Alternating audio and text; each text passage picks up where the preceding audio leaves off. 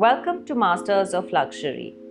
Vickum Nawagamuwage is the founder and CEO of Santani Wellness Resort, Sri Lanka's first purpose-built wellness retreat to be awarded a Michelin key. Widely regarded as one of the pioneering voices shaping modern wellness hospitality, Vickum has spent the past decade building a brand that integrates ancient healing wisdom with contemporary science.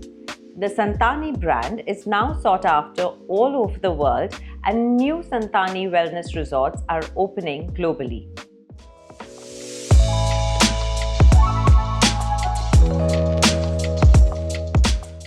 Thank you, Vickum, for being here with us today for Robb Report India. I'm going to go straight into our conversation, Vickum. You know, Santani has been on the Times 100 Greatest Places.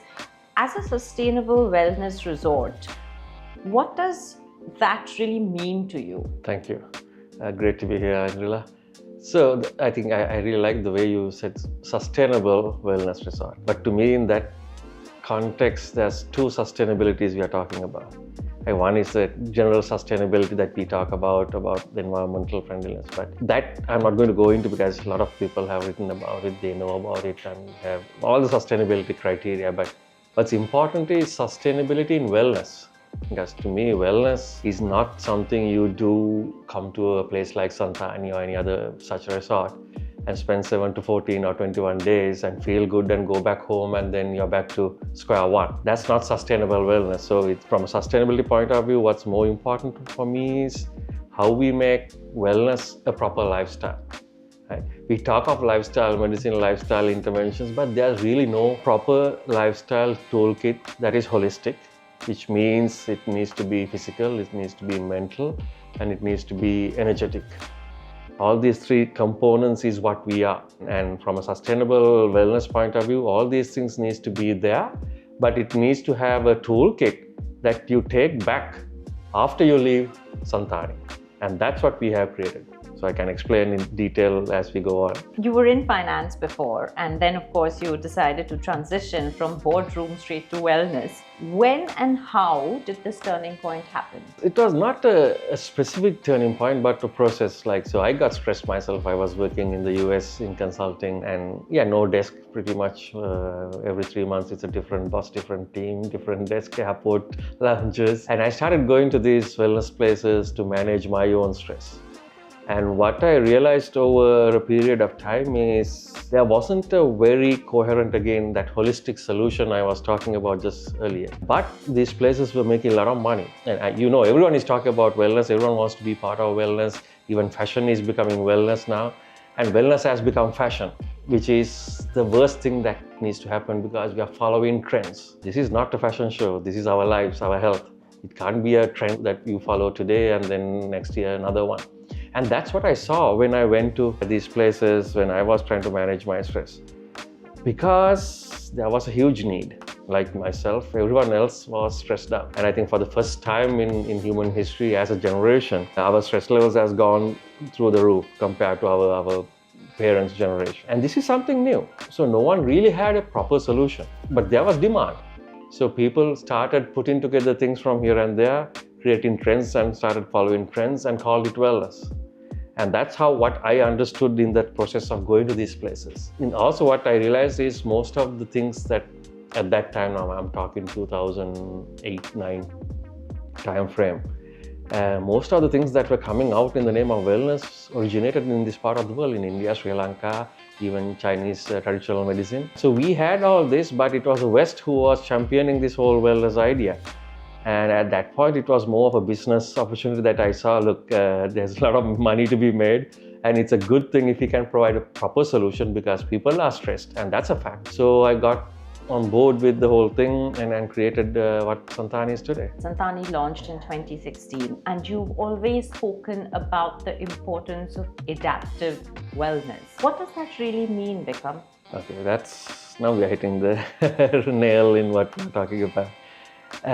Because what I see is stress is a fact, right? Everyone agrees that. But no one really took the time to understand why we suddenly got into this stress cycle when our parents were like, I remember one day I called my dad, he was in Sri Lanka. I said look, I can't deal with this anymore, I'm going to quit and do something different. And he basically from the other side said, effing man up. Hey? And he said you're a man, you're supposed to work hard and provide for your family, that's what men do. So he couldn't even understand what I was talking about, this stress. So stress is a fact, but no one took the time to understand why we are stressed compared to that generation. Why suddenly it's going through the roof. Now to me, I started looking into it. To me, it's an evolutionary issue. What does evolution got to play in this stress situation? Evolution is always about stress. All animals throughout history came to a stressful situation, and generally all these stressful situations was about how to find food, because without food and protection you're dead, and there's no way of ever evolving from there if you're dead. And most of the time it was about food and protection, right? So all animals throughout history came into these stressful situations, and some animals were better at adapting to that stressful situation or finding food, and they moved on. So we call it survival of the fittest. Why not survival of the prettiest or something else, right? Because to find food and protection, which you need for survival, it was a physical affair. You fight or you flight.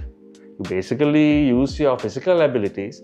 Your decision making was about whether to fight or flight.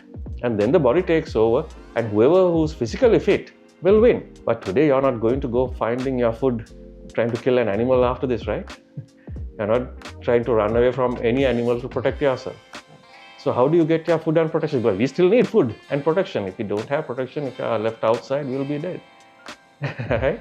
If you don't eat, you'll be dead. So how do you get your food and protection if you're not going killing animals or running away from animals? You've evolved.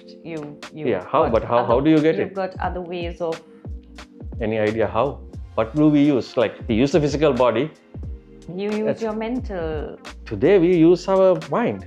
Right? We use our mind to make money, and money buys us food and protection. Right. So the tool that we are using is our mind, not our body. Now this shift happened only in the last 7,000 years when we came out of the jungles. But for millions and millions of years, we were using our body. But you go to any healthcare provider anywhere in the world, right? Wellness, healthcare, general healthcare, just wanted to be healthy. What would they say? Say eat right, go to the gym, take 10,000 steps, supplements, all that stuff. This whole new idea of longevity is for the physical body. But the physical body, from the ultimate essence of a living being, which is evolution, is also now minimal. What's important, what's working is the mind, but there's no gym for the mind. There's no 10,000 steps for the mind. There's no eating right for the mind. There's nothing.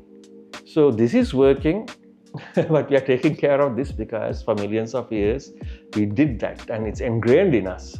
But it's time we make that switch, understand that it's the mind that's working, not the body really, and focus on the mind as well. It doesn't mean you don't go to the gym anymore, because it's all one system.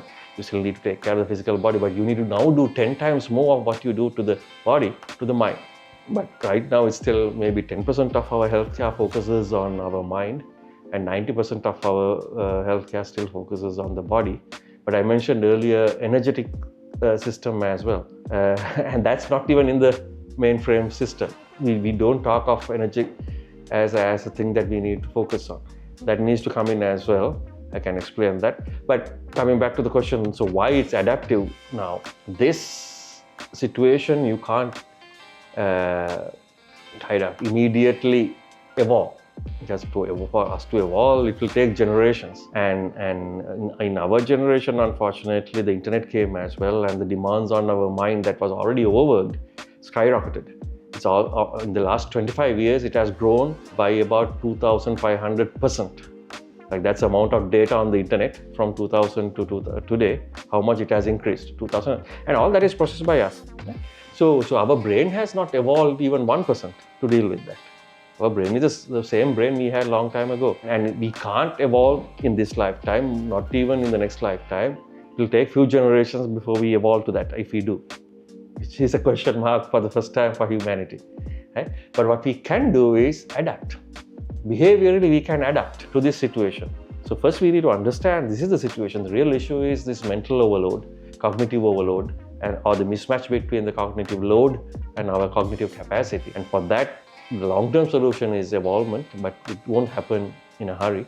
So all we can do is adapt behaviorally to deal with it. And that's how any animal deals with this kind of stressful situations until you find that gene that helps it or whatever, how the way it happens. First thing is always being behaviorally adapting. So that's why it's adaptive wellness. We need to adapt along the way. So tell me something, Vickum, this is very interesting. So are you saying in terms of your treatments or programs that Santani offers in particular as a wellness resort, as a wellness getaway, is it a mind-forward plan that Santani offers to its guests? What is the process? How does it work? So I would say it's a holistic process because, as I said, still it's mind, body and the energetic system. All three works together. You can't isolate any of them. And especially if your body is giving up, there's no way you can focus on the mind. And that's a reality at the end of the day, even though this is more important. And generally, so what we have is overall holistic protocol that takes you on a path from day one to optimal health. Right? So we have a whole diagnostic toolkit that we use that assess your physical health through blood report analysis. Then we have a mental health assessment through a questionnaire, which is all WHO approved questions that you normally use to understand emotional condition, and it goes into 6 domains: depression, anxiety, vitality and energy, sleep, social connection, and one more thing. So we map that and then we create a score. So there's a physical score based on the blood reports, a mental score based on this questionnaire, and then they have 50-50 kind of a weightage given, and combinedly gives your average health score at this point. Then we also assess your lifestyle through another set of questions like substance use, your going to the gym, how many pills you take, all that kind of stuff, right? So then you have a lifestyle score as well. So and then we map your health score against the lifestyle score, because we are talking about creating a lifestyle toolkit, as I said, that can take you places. So in one axis you have the health score, on the other axis you have the lifestyle score.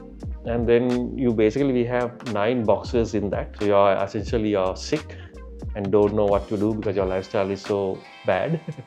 Or you're generally okay in the intermediary zone in your health, and you know a little bit about, like you go to the gym, you take like 10,000 steps or whatever. And then you have your health is really good and your lifestyle is absolutely amazing, so that you're maintaining.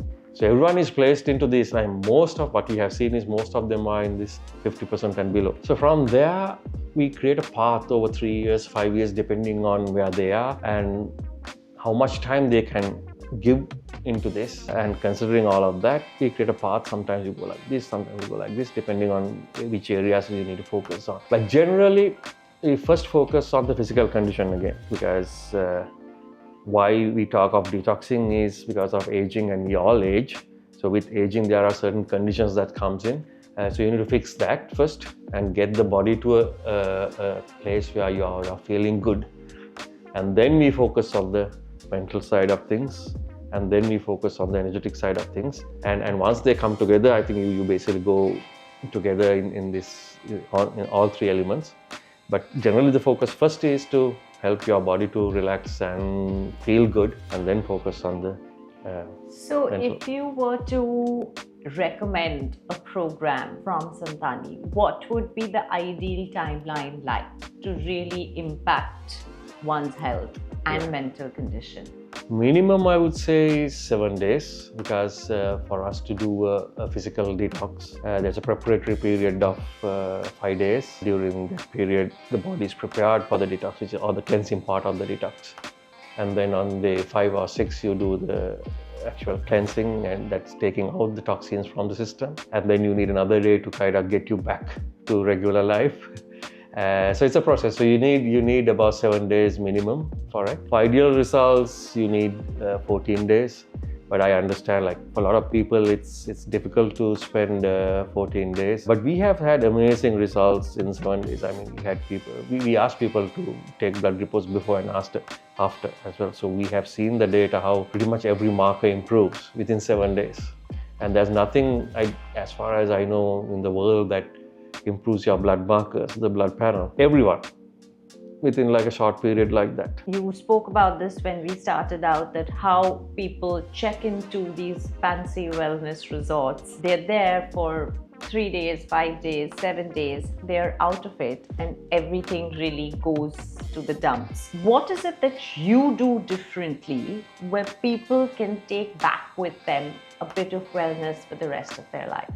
So it starts with that consultative diagnostic process I mentioned. It's a tool, like so you have a profile created for you, which you can access online. So in that first element of or the first factor for anything to change is the understanding that you need to change. And if you can't understand that, okay, I'm screwed, you don't do anything about it. You think you're okay. If you think you're okay, you don't need to do anything. So the first thing is about understanding that, okay, something is really wrong, and provide it in some context that the common man can understand, not what a doctor understands. Like, you go to a doctor, they will say, okay, these are okay, this much is not really good, so let's take this tablet. And you take that tablet, you have no idea what really happened. Now here, when you look at the blood report analysis, for women, we analyze about 17 different markers. For men, about 15 markers, because for women, we analyze more hormonal markers as well because of menopause and all that kind of stuff. So then each of those markers are scored against the standard and where you are. Right? So you know, okay, I'm okay with these things, but these are a little bit elevated. And okay, and this is elevated as well, this is elevated. They're not really at any intervention level. And typical doctors will say, okay, that's okay, we will wait till get elevated and give you a pill. But then this will analyze, okay, this is a little bit high, this is high, this is high, and combine these things, there's a trend that you might end up having diabetes or metabolic conditions or something else. So because none of these markers act by itself, but combining different markers creates an issue. And then, I mean, it's really interesting. So like in my case, I had, in my mental score, I had much better than my physical score, because generally when we age, for us at least, I am at over 50, right? So we had that, we didn't get the bombardment of data when we were growing up. So I think generally our mental conditions are better, but given we are getting old, our physical scores are coming down. But what's interesting is, my mental score was really high and my depression or anxiety scores were very high, which means very good. But my energy and vitality was kind of low. So typically, if you're stressed and if you're having depression or anxiety, your energy goes down immediately. But in this case, my energy was going out because of something else. So it recognized that, and then it also looked at the physical conditions, and it says, look, it's not a mental situation that your energy and your fatigue. It's because you're just overworked, you just need rest. So it looked at the combined both sides of things. So essence is, we give a really good picture of yourself so that you understand where you are. And with that understanding, you start action, because without understanding, you can't have any action. So that's how we get them. But then through that tool, the platform, it provides you, okay, what to do over the next 3 months, right? So in my case, again, triglycerides were a little bit high, and it basically said, cut alcohol for 3 months, it will guarantee it will come down by about 20%. And then different things along the way, and then it starts giving you more on the mental side. So we create a plan for like 3 to 5 years in the toolkit itself, which means also you have to come back as well on a regular basis. But when you go back, you can there are things that you can do. You can measure it, because all you need to do is, okay, like in my case, as I said, if I did that, which I haven't at this point, you do it for 3 months, you take a blood report and you can upload it. It will calculate everything again and show you how we are going. And at that point, we can intervene and also say, look, okay, you have done the blood report and yeah, you have gone in the right direction, you are not moving, or you are gone on the wrong direction, and come in and tell them, okay, do a little bit of these things or come back to Santani, things like that. As a next step of this platform, we're actually building the solutions as well into it. So a lot of, especially on the mental side, in most cases I have seen it recommends, okay, do this pranayama or do this stretch or this. So all that will be built in. So you can, rather than, okay, I need to do Bhastika Pranayama and you have to go to YouTube and find Bhastika Pranayama, it will be right there. So that's the next step we are working on. But at this point, a total solution that goes for 3 to 5 years is provided for them. And that's how they take it home and then make it an adaptive process. Tell me about some of your treatments or processes that have been most successful over the years. I think, as I said, detox has been amazing. We have seen the results where a lot of people do a blood test before they come for the initial diagnosis, and then when they go back, they do another blood report and upload. So pretty much every marker improves. I can explain how that happens in a little bit because... But when you say detox, it's basically mostly people, I'm guessing, whose lifestyle score would be low compared to mental score. Right. Not necessarily. So detox is being bastardized everywhere. There's everything in the name of detox now, right? From pills to juices to clothing, everything. So that again tells me people don't know what detox means. So they're putting something and calling it some detox to make money. First of all, we need to understand what detoxing is, why detoxing is needed. So detoxing is not something that we invented in the last 10-15 years. Like the Western world thinks, even the doctors say, no, you don't know to detox because the body does its own detox. And that's true. The body has a whole system of detoxification. If I say our blood is the most poisonous thing in the world, would you believe that? I don't think so. Okay, I'll make you think so. Okay. Now we have something called the kidney, right? What is the function of the kidney? To clean the blood. Yeah. Why does it need to clean the blood if it doesn't have any poison in it? And what happens if the kidney fails and you can't do dialysis? You die within 2 days of poisoning. The poison in the blood will impact all the other organs and the organs will fail and you will die. That's the amount of poison we carry in our system, right? So like, as you didn't realize that because we don't talk about this things how it is, right? That's a function of the kidney. That's a function of the liver to break down some of these things and flush it out. So every time we expel something from our system, which is breathing out, sweating, peeing, and pooing, we detox. That's the original system. Even if you're a 6-month-old baby living in the most comfortable, secure environment, only feeding on a mother's milk, if the kidney fails, that baby dies. That baby didn't have anything external coming in as what we think toxins. Well, our idea of toxins is the chemicals in processed foods and pesticide residues or fertilizer residues, smoking, alcohol. They add, but that's not. 90% of our toxins are metabolic byproduct. Right? So in metabolism, when you produce energy, we take all this food and drinks and burn it. So it's a breaking down process.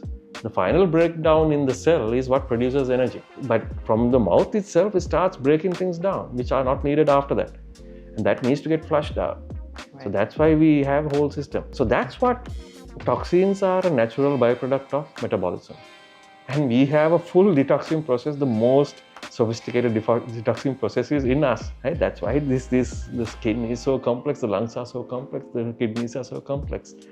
Then the question is, why do you need to do a detox at Santani paying a lot of money if the body is doing it? Right? That's because aging. So what aging means, more cells die than cells that we can regenerate.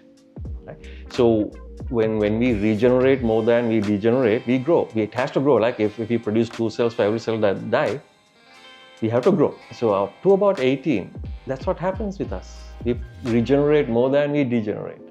And then from 18 to about 30-35, it's a balance. But from 30-35, it reverses and degeneration is more than regeneration. That's what aging is. We just start going down slowly. Now, when this happens, now let's take the example of the kidney again. Let's say the body produced 100 units of these toxins, right? You're an absolute healthy person, not drinking, not smoking, none of that. It's just 100% of the body's metabolic waste, right? Up to that point, the kidney was functioning at 100% because it has not aged. So if the cells die and cells regenerate, but it was in equal amounts. So up to that point, 100 units of this waste was flushed out. But now the kidney has aged. The kidney lost 2 cells, but only 1 was replaced. So which means it can operate at 99%. So then can it take out all 100 units of the waste at the same efficiency? No. So it can take out 99. I'm just simplifying it for common understanding, right? It doesn't work like that. But in common understanding, now it can only take 99 units of these toxins instead of the 100. So one part of this toxin that should be out of the system stays there. And that's a chemical compound at the end of the day. And that interacts with your regular biochemical composition inside the body, and that messes up everything. And then the repercussion of that is it starts snowballing, because the immune system starts recognizing, okay, something that should not be there is there. Immune system is designed to attack something when some foreign body comes inside you on that situation, and then it will kill it or get rid of it, and it will go back to being dormant and be ready for the next one. But when this happens, it's reacting on a day-to-day basis. It's at micro level, nano level, and a natural process, so we don't see it. But this process, snowballing like that, goes on from 35 to 55 when you see the symptoms. But the problem starts 20 years ago. So by the time you see symptoms, it's already too late. So what detoxing is doing is, now that we understand what toxins are in the first place, how it works, we know things are accumulating even though we don't necessarily feel it. So let's get rid of them. When the body can't, and body still does 99.999%. We are just taking that last bit that the body can't take care of and helping the body to get rid of it. That's what a real detox is. And this is even more important from overall healthcare point of view, because I think the overall healthcare systems we have, which is this Western medical based systems, are not relevant anymore. It doesn't mean it wasn't relevant at the beginning. Why I say it's not relevant for today's issues is because Western medicine became prominent because it solved the biggest human problem 300 years ago. Right? If you look at 300 years ago, chronic diseases were like 5% of the deaths. 95% of the deaths were because of communicable diseases, pathogen based. Right? But your life expectancy was also about 40 years. So in this process, when you're 40, these conditions don't have a chance to even come up. Because these conditions will come up at 50, 55. By then you're dead. You're dead because of a communicable disease. Now for a communicable disease, working based on symptoms works, because you can't give antibiotic before you have some bacteria going into you. But once the bacteria or some pathogen goes into you, it reacts immediately and the symptoms are immediately. It's not like symptoms come 20 years after. Right. So symptoms are immediate, so you can intervene immediately through antibacterial, antibiotics, whatever the way, and kill it. At that time, because 95% of the deaths were because of that kind of situations, modern medicine solved it. And it was I think, the biggest human victory in our history at this point. But today, symptoms comes only 20 years later. The diseases are manifesting inside you for 15, 20 years. So waiting for symptoms to happen and then going on this curative process is not right anymore. We need to go back to a curative paradigm, which we had in Ayurveda, Panchakarma, detoxing, and all of that. So that I'm still talking from a physical point of view, right? On top, so we have to go into detoxing and preventative protocols. But on top of that, we have this whole mental issue, which we never had before.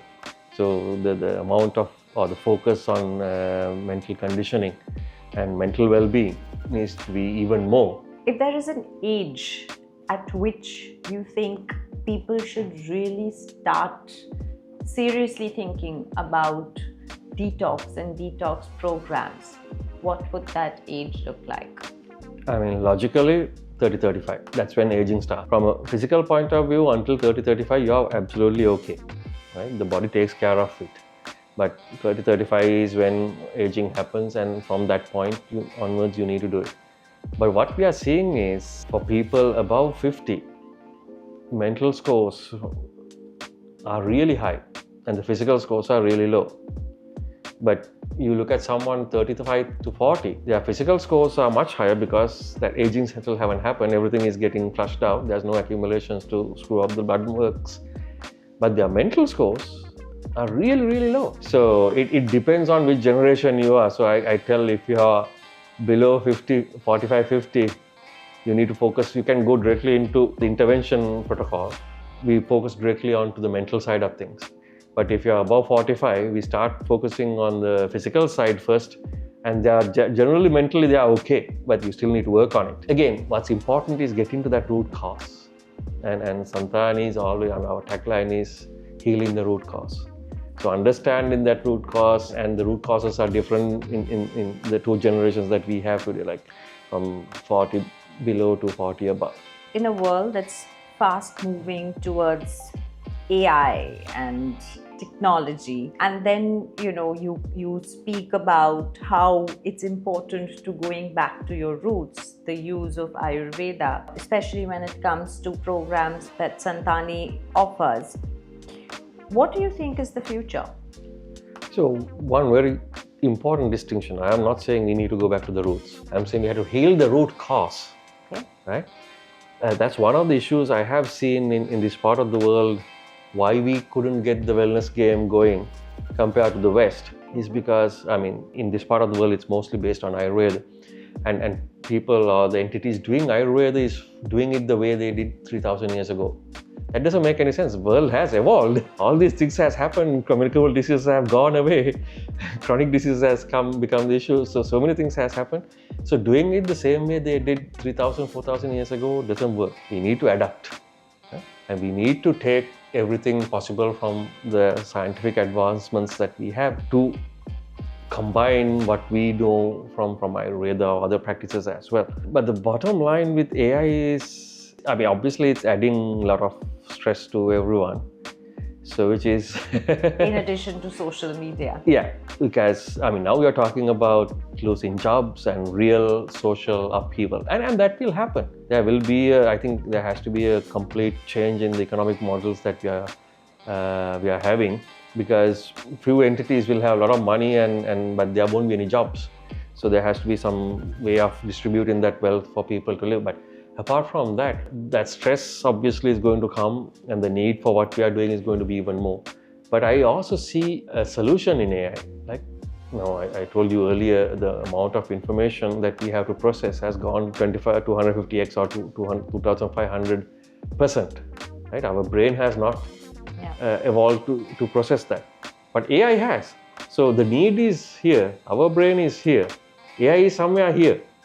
So we are outsourcing this, our inability or the undercapacity to process information to AI now.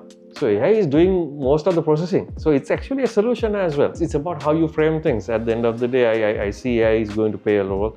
The whole diagnostic platform and the pathways that I said we create is our own proprietary AI models that we have given the information and an ability to learn. So we are using it in a more positive way, while acknowledging it's going to create a lot more chaos. Wellness today has become mainstream. This whole discussion around longevity and wanting to live longer. Where did you see, or how do you see this transformation happening, and where do you see it headed towards? So I think longevity is, at least in my opinion, one of the biggest misconceptions or another fad. Like what I said, I started, people created trends. Even here in Sri Lanka, our main greeting is called Ayubowan. Right? Here I think you have Ayubowan. Yeah. It means may you live longer. This is the most fundamental human feeling, human need we have. It's nothing new.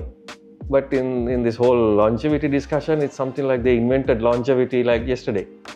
No, that's the most basic, the longest human need that ever been. We all want to live long. Everything we do is to live long and healthy and happy. Nothing new in that. So, and like last year it was anti-aging. Now it has become longevity, but I don't really see any difference other than few additional biomarkers that you test between anti-aging versus longevity. But more than anything, it's not a protocol to follow. Longevity is an outcome. It's an emergent factor. Like you eat well, you exercise well, you take care of your mind, you do your exercise, everything else, you live longer. It's an emergent factor.